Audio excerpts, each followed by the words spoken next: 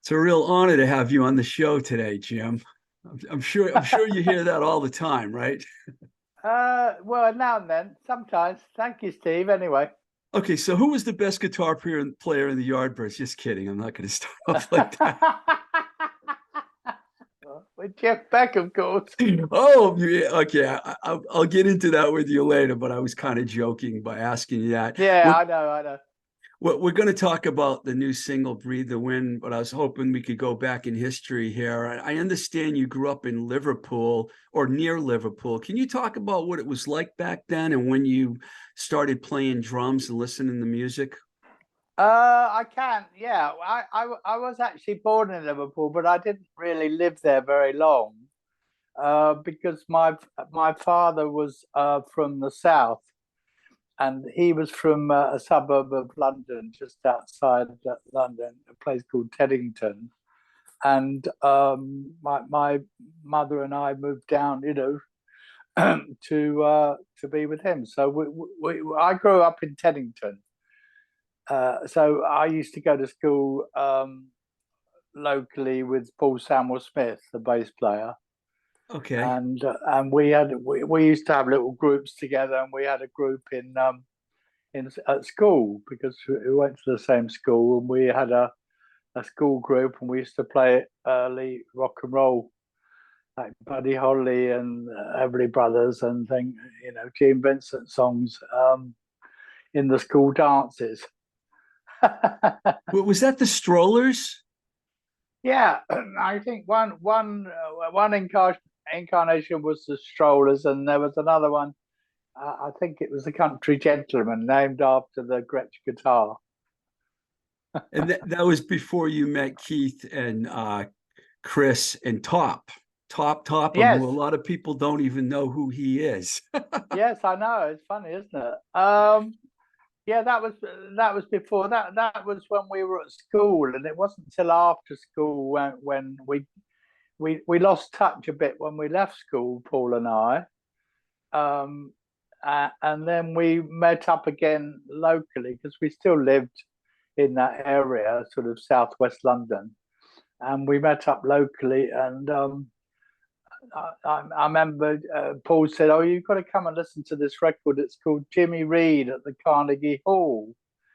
And so I went back to his house, and he was still living, the same place. And I thought, oh, this was great. I found out later it wasn't a real live recording. It was dubbed, I think. But it was such a great way of singing and such a great emotion. And this was your first taste of the American blues? Yes, yes, exactly. So we went from there. We started to listen to Bo Diddley and Slim Harper, Muddy Waters, Howling Wolf, of course, and we used to go and see the Stones because they used to play near us in Richmond. And we thought, what is this music? What is this strange sort of music, which is like rock and roll, but it's not. It's got a different emotion to it. Was it around this time that you decided to start calling the band the Yardbirds? Um, yeah, what we yes, it was sort of quite a long story, but we gradually got the group together. Um, Basically, the three of the guys were art school. They were at someone called Kingston Art School, and Paul and I were at Hampton at the high school, the grammar school, and we got together, and then we didn't know what to call it, and Keith had a book. Kieth Relfs, the singer, he had a book, and he wrote down all his ideas of names.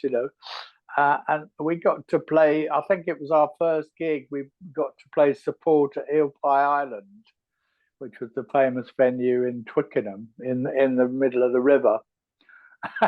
And we were playing with Cyril Davis, who was a great blues harmonica player. He was really good. And we did our set. We did we did covers in those days. We did our set, and then Cyril Davis said, "Oh, that was a great performance by this group." Oh, and he asked Keith what the name of the band was, And Keith said, "Oh, it's the Yardbirds." I'd never heard that before.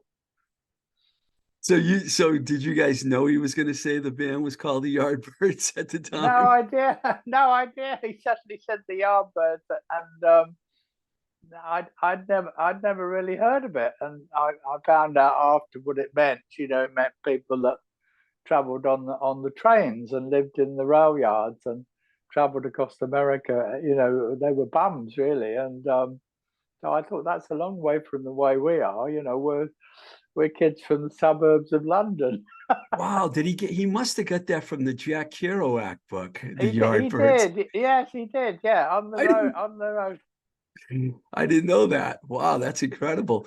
So how long did Topham play with you guys before you let this other guy named Clapton take over for him?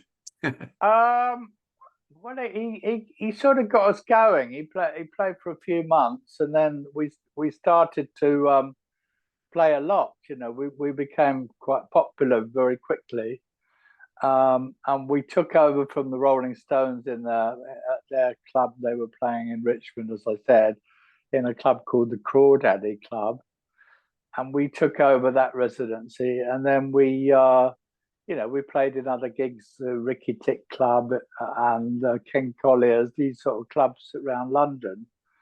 And it was always very late and sort of quite demanding. And it meant that Top couldn't do his studies. He was studying to be an artist.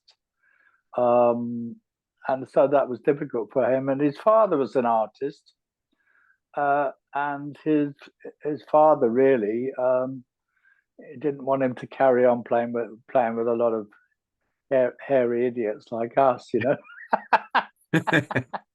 Hair idiots. I like that. So you guys had longer hair back then already? Yeah. We grow our hair, and we probably saw the pictures. I mean, you know, it wasn't that long, but I think yeah, I think when Clapton came in, he had a different sort of cut. He had that crew cut, you know, a bit like Steve McQueen, because he liked that, or that American look, the How Ivy League. did Top recommend Eric Clapton, or how did you find him? No, Eric was also at the art school with Keith and Chris, so they knew him sort of vaguely, and he had a bit of a reputation already, playing in. Was that before John Mayall and the Blues Yes, Breakers? yes, Yeah, yes, of yeah, course. Yeah. Yeah, he didn't join John Mayall till after he left us. yeah. That's what I thought. So he was just a locally known, but not really that famous yet. Yeah, exactly. Yeah, he was just a local art school kid. The Yardbirds, you know, were essentially a blues band until I guess Giorgio Gamelski turned you guys onto a song by Graham Goldman called "For Your Love," and that was kind of the beginning, the real beginning for you guys. Is that Well, what happened? but yeah, what happened was we were getting quite popular and getting an audience, getting, you know, more people coming to see us. Um, and we just needed a hit record, like all our contemporaries. You know, the Animals, obviously Beatles and Rolling Stones and the Kinks. They all had hits, and that's what we needed. And we were quite desperate, really, to get a hit. And we tried recording some of the songs we played in our repertoire, but they weren't really commercial. You know, like "Wish You Would," "Good Morning, It Was Cool Girl." They were sort of more blues songs. Yeah. And so we were actually playing with the Beatles at their Christmas show in London. We were on the bill. We were the local group, you know, the local one, you know, one of the support acts. And there happened to be a publisher from London, and he had a demo disc of "For Your Love," done by Graham Goldman, and so he got it over to our manager. He said, "Oh, I think this would suit the group, because I saw the group playing, and you know, if they're looking for a hit, this is the sort of thing they might like." And of course, we did. We loved it. It was a great song. Except for probably Eric Clapton, I think I read somewhere. Well, yeah, yeah, we've done some bluesy things, as I said before, in the studio. But and Eric had a few ideas of what to do, but none of them were as commercial as that. As For Your Love, it was, it was really very commercial. And when we recorded it, it sounded great in the studio. So we were very happy. But Eric had some issues within the band, with other people as well. So he was very much a loner, and he wanted to do it his way. He didn't want to be part of a team. Now, look, something I didn't mention that I want to mention, you guys played with Sonny Boy Williamson. I believe that was before For Your Love.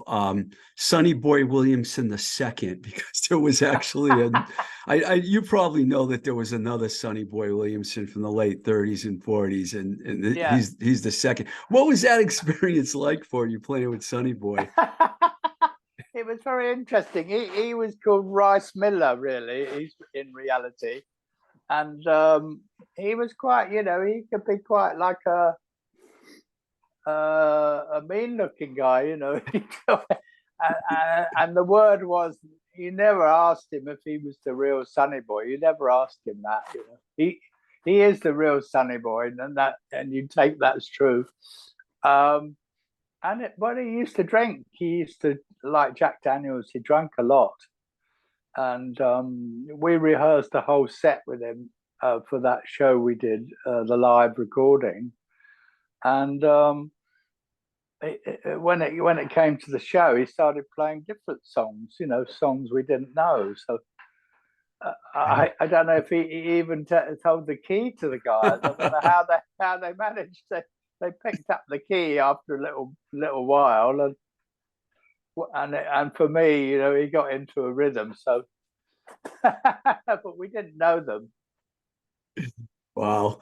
Yeah, that's a pretty famous record when you find that one in the used record stores. Oh, look at that, Sonny Boy and the Yardbirds. Well, yeah, I actually thought the best song he played was the one on his own. I thought it was brilliant. He didn't need us. He could play it. He could play on his own. It was beautiful. He was a great showman. Okay, I don't mean that. Another thing was because we were playing to our crowd, right? So they really wanted to hear us. I don't think they were that interested in him, really. That's hilarious. I want to just step back for a second, because people are going to say they played with the Beatles and you didn't ask him about that. So let me ask you did you get to know those guys at all back then? Sort of, yeah. We spoke to them, and they were good fun. They were very much in, sort of looked after and very sort of, pretty private, because they were huge, but they were good, and we asked them if we were looking for a hit, and we asked them if they'd do a song for us. But they didn't. But John Lennon brought in a song, and he suggested we covered it. And it was a song called "The Breaking Point" by Chuck Jackson. It was a Burt Bacharach song, actually. Yeah.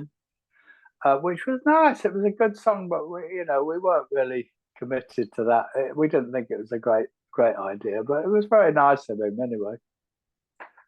Well, I had to ask about the Beatles. So for getting back to For Your Love, apparently the song wasn't blues enough for Eric Clapton. And how soon after it was released did he say, did he leave the band?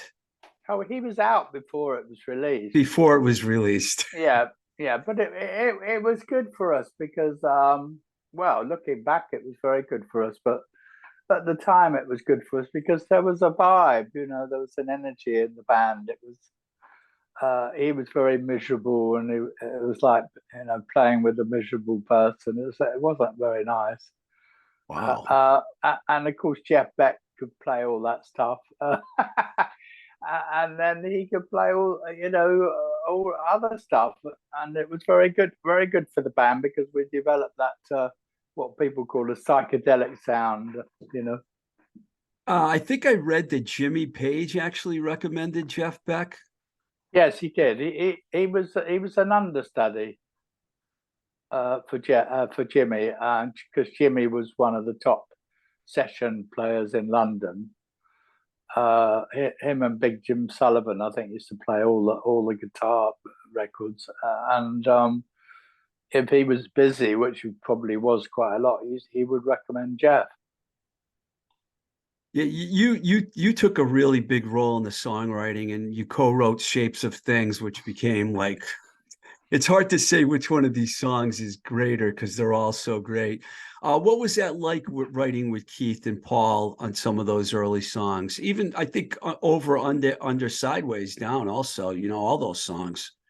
Yeah, well, we were good together. We had a good chemistry. Of course, Paul and I were very tight, and we got on very well with Kieth. The trio was good, and yeah, it was good writing, especially the way Jeff was, because he'd come in and play these incredible solos, incredible riffs and things, and it sort of lifted the whole song into something special. So, thanks to Jeff, those songs, people remember them for ages. So. I know that when you guys toured America, and you did that a lot in the early days, there were some problems on the Dick Clark Caravan tour.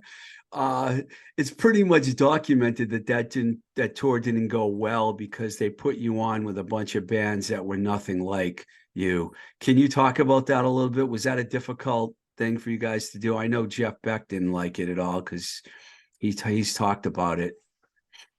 Yes, we were advised it would be a great tour for us because it would be a huge audience.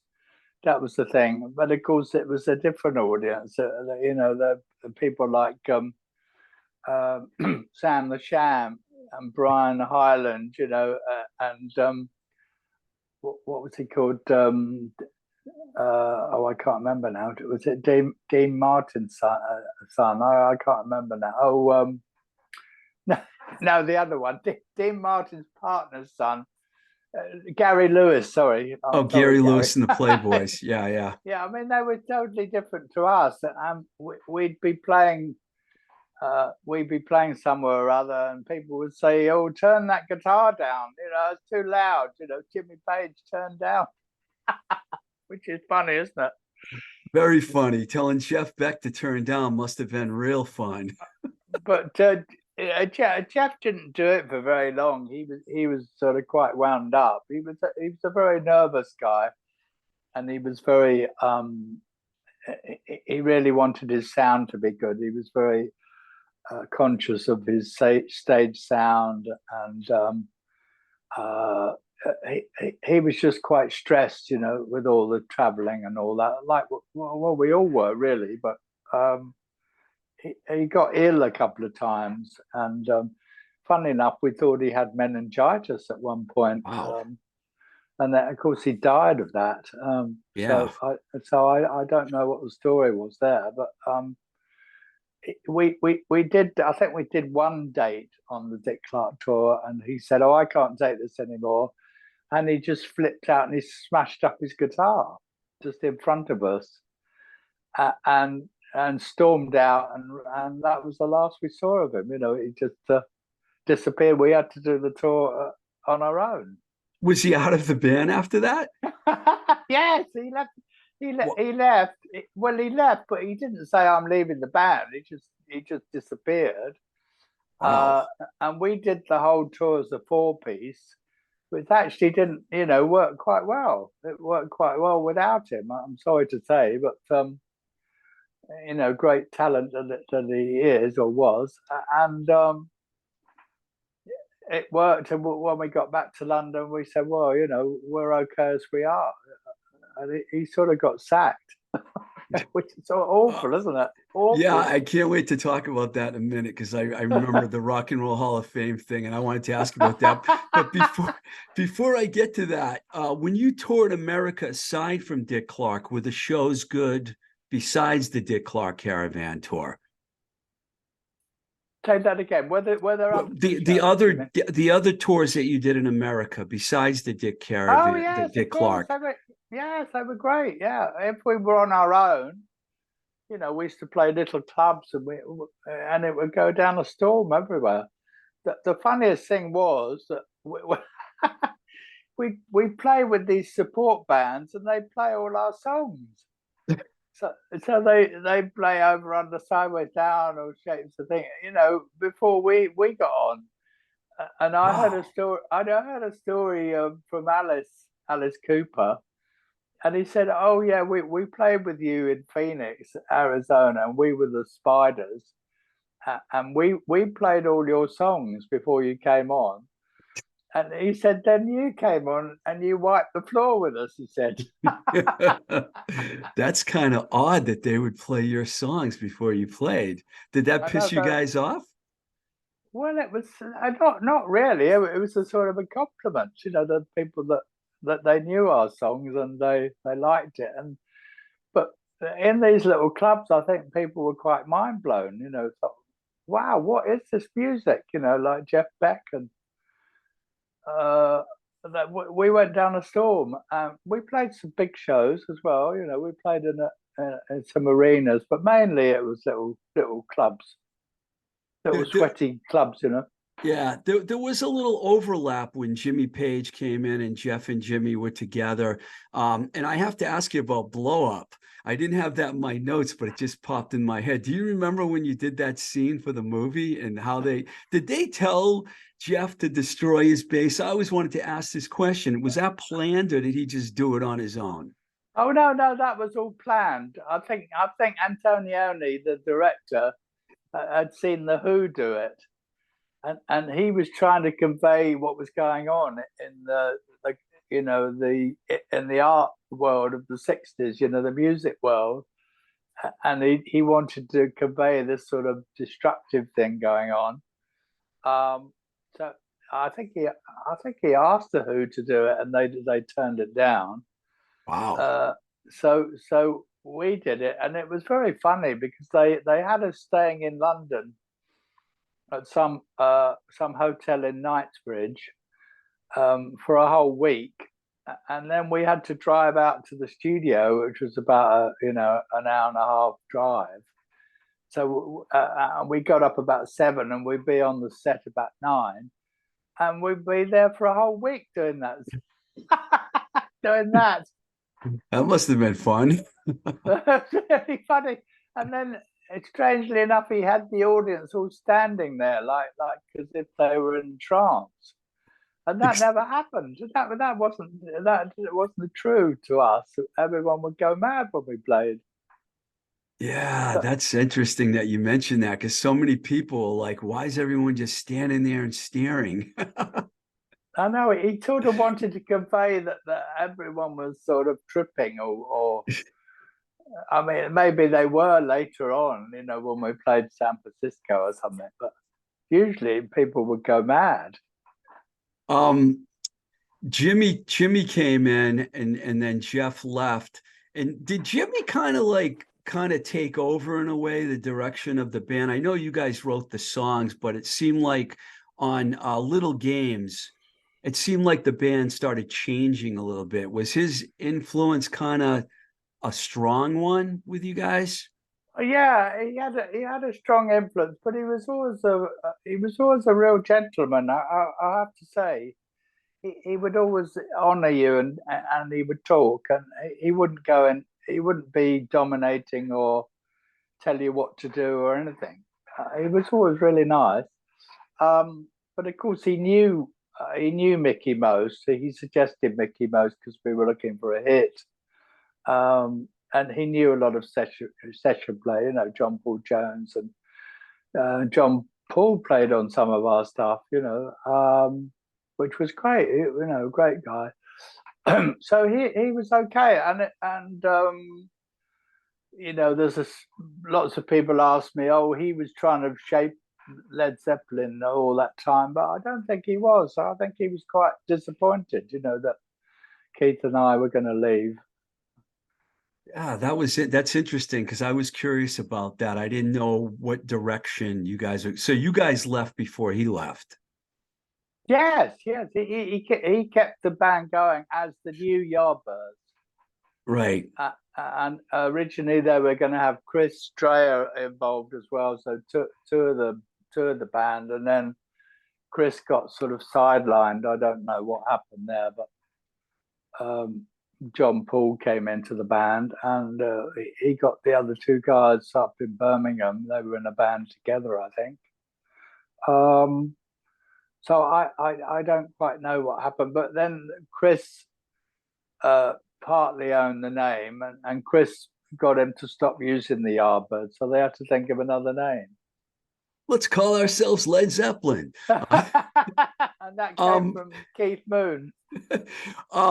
Okay, Rock and Roll Hall of Fame. I know I'm going far ahead here, but congratulations, by the way. That was in 1992. Were you surprised when Jeff Beck said that on stage, that fuck these guys, they kicked me out of the band? I was a bit surprised, because I thought it was very funny, afterwards, I guess. But yeah, I was a bit surprised because he was so upfront about it, and I think it had a bit of truth to it. He was speaking the truth. He wasn't messing about. But Oh, I thought it was hilarious. Everyone thought it was funny. I mean, you guys ended up jamming and stuff later on, so that was cool. But yeah. So were you serious when I asked you right at the beginning who the best guitar player was? You really? yes, think... yes, I was. Yeah, So, I think he is, because he was, because he could play anything, and he could play off the top of his head. It was and he never played the same twice, and it was never worked out. Like Jimmy worked it all out and played his part. But not Jeff. Jeff didn't have a part. He just made it up. usually when you see a photograph of the Yardbirds and it's something really big, it's always the lineup with Jeff in it that shows up. That's the lineup of the band that everyone seemed to like the best. Oh well, that was the best lineup, because we were that lineup was responsible for all the best time in the band. I think, all the hits, Shapes of Things, Heart Full of Soul, Over, Under, Sideways, Down. I'm a Man, and then Happenings 10 Years Time Ago was a good song, but that was with Jimmy as well. Yeah. So that was the two of them. I'm going to go to the reunion in a second, but I got to talk about Renaissance, because really fantastic band. In 1969, you and Keith formed Renaissance with Keith's sister, Jane. In fact, you co-wrote most of the songs on the first two albums. Can you talk about Renaissance and what the idea was, and how you decided to put it together, and what that period was like for you? Yeah, well, Keith and I have been writing songs, and they were a bit different. We got on really well, Keith and I, and we talked about all sorts of weird and wonderful things, because we often shared a room together on the road. So we built up quite a good relationship. We were quite spiritual, and when we got back to London, we'd spend a lot of time writing songs together. And we had a few ideas, and then after we left the band, we did a few recordings that didn't really work so well, and we met a manager figure that suggested that we formed a band. So we formed this band, and we used to practice in my house every day. All the band was all set up, fully, and everyone would come down to my house, my front room, and we'd work on some of the ideas, and we gradually built up this, what we called a set. So we worked up this set. We played for an hour, and we wouldn't stop in the middle. We just keep going, and then we were lucky, because John Hawkin, the keyboard player, he'd been in a band called the Nashville Teens, that was like a rock and roll band, and he played a bit like Jerry Lee Lewis. But then one day we were playing along, and some song, and he started to play classical. He started to play some Beethoven, and we thought, oh, that's unusual. It's quite unique. so, so we kept that in. It was a bit of an accident, but it worked. So that became almost like the spirit of the band. It was a classical prog rock sound, really. One of the first prog rock bands, really, when you think about it. You guys were like Yeah, ahead of the game. yeah, and we just fell in because suddenly the album market was very big, and we got in touch with Ireland Records, and they had a lot of albums that were doing well. You know, like the Fairports and Yeah. Jethro Tull, and the Incredible String Band. They had all those sort of groups, and of course we went for it. You know, that they signed us up to do the album. Did Renaissance and Fairport ever play together? Because that seems like that would have been a pretty good duo. We No, but I think the new band did. I think the new band did a tour with them, but that was after us. Yeah, you left after 2 records, and then Yeah. um did you take a break? I mean, I know you were in a few other bands, but did you take a break at all? Because I know the Yardbirds reformed in 1994, but there's a pretty significant amount of time in there. Were you just doing other projects?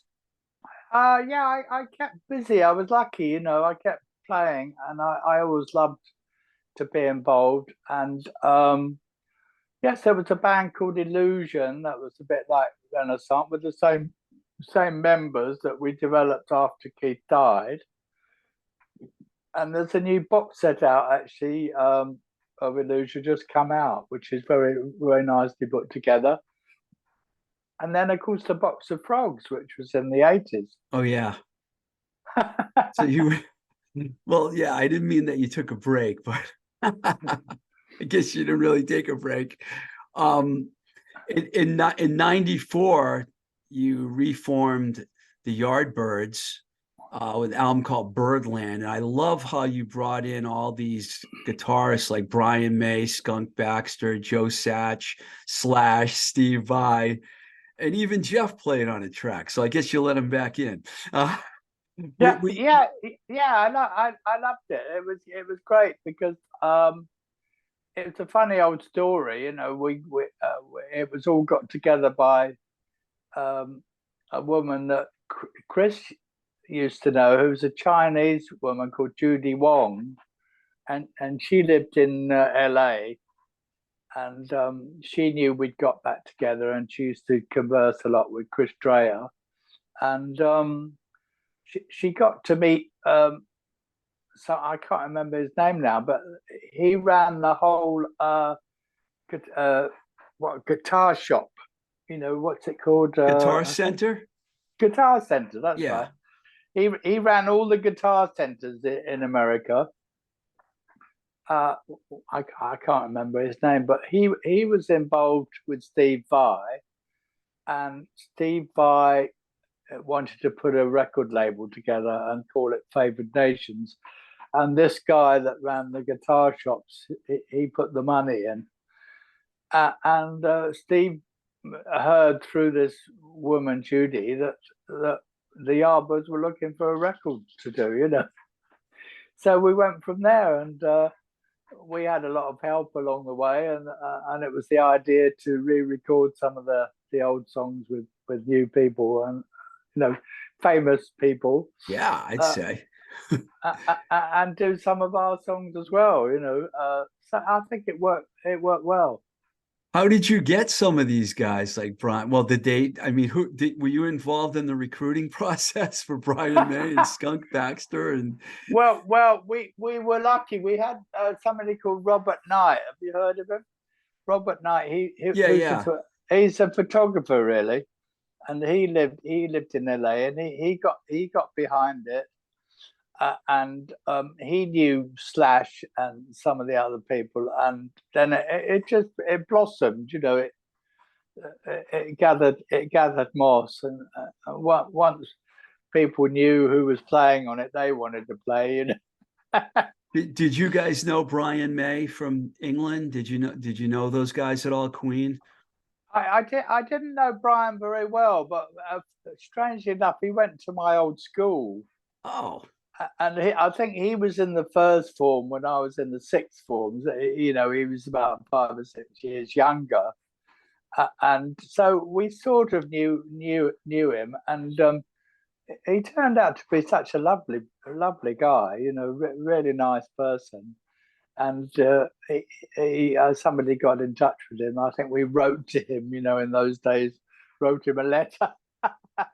And yeah, and he said he'd like to play on it. So he did a lovely job. That worked out pretty well. Right around the same time in '94, you put out a solo record, Out of the Dark.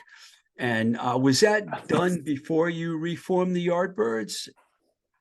Yes, yes. I'd done a bit of stuff in sort of, you know, quotes, new agey music, you know, with Louis Sanamo, that was in Renaissance, the bass player.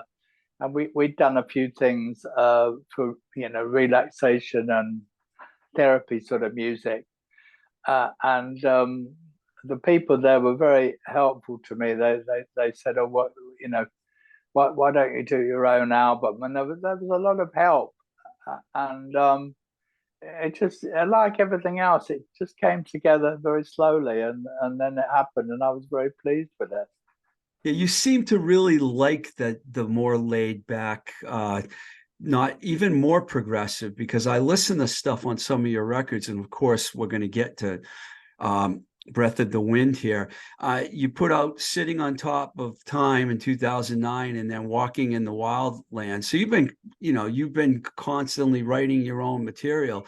Walking in the Wildland was recently reissued, but was the track Breath of the Wind, did you consider putting that on that record? Yeah, I did. It's a good story because it came out originally on Angel Air. You know, I think about 5 years ago, maybe 4 or 5 years ago. 2018. Yeah, 5 years ago. Yeah. And then for some reason, Demon said, "Oh, we'd like to put it out again," which they did. I think it was last year. And I had this song, Breath of the Wind, and I said, oh, would you like to put a different song on? Because it makes it, you know, makes it more interesting for people that have bought the original. And they said, oh, well, it's all going through now. It's too late for that, you know, but we'll release this song as a standalone single. So I sent them that song, and it went from there. I was very pleased. It's a beautiful song. You wrote a book called She Walks in Beauty, which you said began on the worst day of your life, June 7, 2020, the day your wife Lizzie passed away. And the song Breath of the Wind picks up the theme of the book and reflects on the spiritual connection that you had with Lizzie. Can you talk about that for a few minutes? I mean, I know that's self-explanatory, but I'd like to hear it in your words. Yeah, sure. It was a terrible day and a terrible time, you know, because she was in the house when she died, and she was looked after by nursing care and all that for a few months. And she just went downhill, and there was nothing we could do. And then she died, and of course there was the consequences of that. This terrible sort of grief, you know. But we were very close spiritually, Lizzie and I, and I thought, well, she has to be around somewhere. She can't just disappear. And so I got into studying sort of near-death experiences and studying mediumship. And I got involved with a medium called Suzanne Giesman, she's in Virginia. And sorry, Carolina. And so I started doing some courses, you know, on her Zoom courses. I think it was in the lockdown, so it was quite handy. And I learned how to go through the simple techniques of contacting somebody like my wife, and managed to manage these really funny experiences, which I thought I have to write about, you know, because it's so amazing. It's almost unbelievable that these things happen. So actually, after that terrible time I had, my life has changed change it to something quite different. And when I had the song, I did the song with a friend here, a local friend in his little studio, and I had a mediumistic session with her, with Suzanne, and Suzanne said, "Oh yeah, yes, your wife's here," and she says, "Oh, you've written a song for her." And I thought, "Oh, have I?" "Oh yes, I have. Yes, I do have a song." And she said, I want to hear it, because she's quite a forceful woman, you know. Let her send it to me.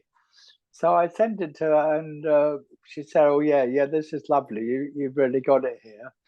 So I sent it to someone I'd worked with on the Walking in the Wildland album, somebody called Hugh Syme. Yeah, I know him well. Yep. Yeah, you know him.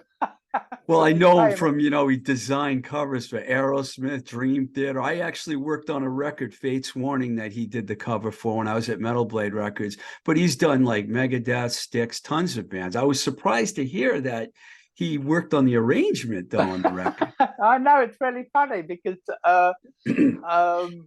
I worked very closely on the last album with Terry Brown, who was Oh, yeah. a Rush Producer. Yeah. Wow. and Terry's English, and of course he knew Hugh, and he said, "Oh, I sent one of your songs over to Hugh, who's done this arrangement." So I thought, that's very strange.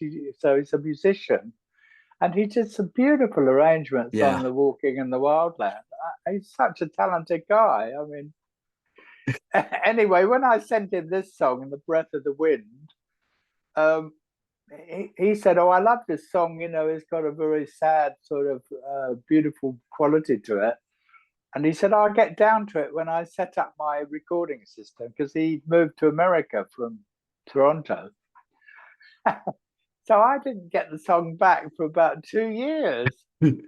But 2 years later, it came back, and he said, "Oh, I've finally done the arrangement." Talk about time. And I got that arrangement back, and I thought, this is great. So I sent it to Terry, and he mixed it all, and that was finished. So it's an easy job for me. It's fantastic. Where are you living now? You're not in the States, are you? No, I'm in France. France. Wow. Nice. How do you like living there? Yeah, I love it. It's beautiful, and beautiful weather here. And it's in Provence. It's a lovely area. It's got mountains and forests and a lot of beautiful landscape. And I've lived here for about 20 years now. Oh, that's fantastic. Now, I know you've written a few books. What are your plans for the future now? I'm not sure, actually. I'd like, if I could. The thing is, with these recordings that I do, I have to fund them all. So it doesn't make me a lot of money, really, the way the music business is. But I enjoy it, and I love singing and writing. It would be nice to do a whole album, a bit like Breath of the Wind. I think that would be something I'd like to aim towards. Do you listen to a lot of other music now? Is there anything that's happening out there now that catches your attention? A lot of varied music. Classical. A lot of classical music. I like the French composers. Debussy and all them. Obviously blues and jazz. A mixture. Do you like Kitaro and Stomy Yamashita and Vangelis, people like that as well? Yes, I used to listen to that a lot. I don't listen so much anymore to that. But I used to like that a lot. Yeah. I kind of figured you might. You mentioned new age music before, and I thought maybe that was something. But deep down inside, you're a rocker, because you're one of the great drummers of all time. One of the great bands of all time. And thank you so much. I know it really means a lot to me that you came on the show, because I love the Yardbirds. They were a little before my time, but I have a box set.